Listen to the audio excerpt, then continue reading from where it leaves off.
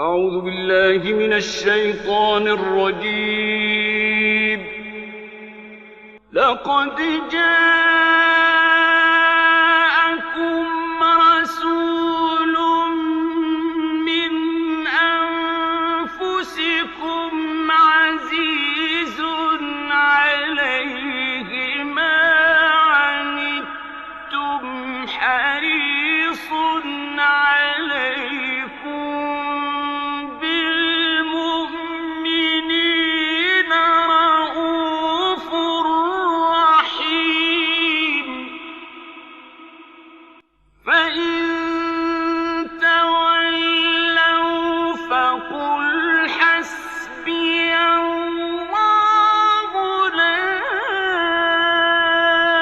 إله إلا هو عليه توكلت وهو رب العرش العظيم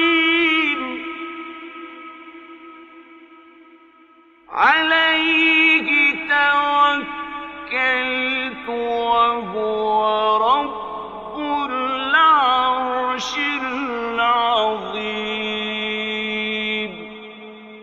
صدق الله العظيم. Bismillah alhamdulillah. Qui est le prophète Mohammed? Il était le plus beau personne dans toute la vie. La beauté de son apparence extérieure, son rayonnement et son charisme éblouissaient tous ceux qui le voyaient. Les compagnons ont décrit la beauté du prophète et ont dit, le prophète avait une très belle constitution. Ils ont comparé l'éclat de sa beauté à celle de la pleine lune. Le prophète n'était pas ni très grand, ni très petit. Ils ont dit, on n'a jamais vu personne plus beau que le noble prophète. Ses cheveux étaient noirs, lisses, et ses cheveux tombaient sur ses épaules. Son visage était le plus beau, son teint était rosé et très lumineux. Il avait de grands yeux bordés de longs cils avec un petit nez. Ses cils étaient fourmis et ses sourcils étaient fins. Il avait très belles lèvres, sa barbe était belle et épaisse. Il avait une peau plus douce que la soie. Son cou était aussi très beau. Quand les rayons du soleil tombaient dessus, on aurait dit une coupe d'argent mêlée d'or. Les compagnons ont dit que le prophète était d'une extraordinaire beauté. Son corps était bien proportionné et son visage était d'une finesse magnifique. Il avait aussi une constitution athlétique et vigoureuse. Il était né à Mecca. Là, les gens le surnommaient Al-Amin, le digne de confiance.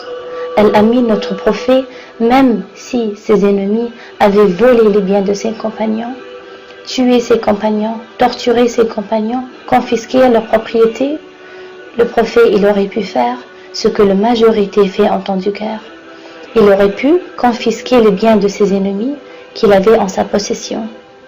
Mais lorsque ses ennemis sont entrés dans sa maison pour le tuer, ils n'ont pas trouvé le prophète. Il a fui. Ils ont plutôt trouvé son cousin Ali radiallahu anhu. Le prophète avait laissé Ali radiallahu anhu sur place avant de quitter pour une seule raison, pour qu'Ali puisse leur rendre les biens ainsi que l'argent qu'il lui avait confié des années auparavant. Pouvez-vous imaginer un homme qui est détesté pour son message, combattu pour son message, jusqu'à vouloir le tuer?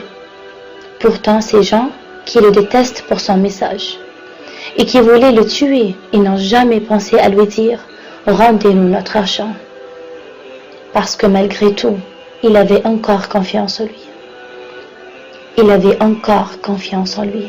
Ses ennemis savaient qu'il n'y a jamais personne du plus véridique et digne de confiance que le noble prophète. Il était pieux, il était timide, il était si gentil.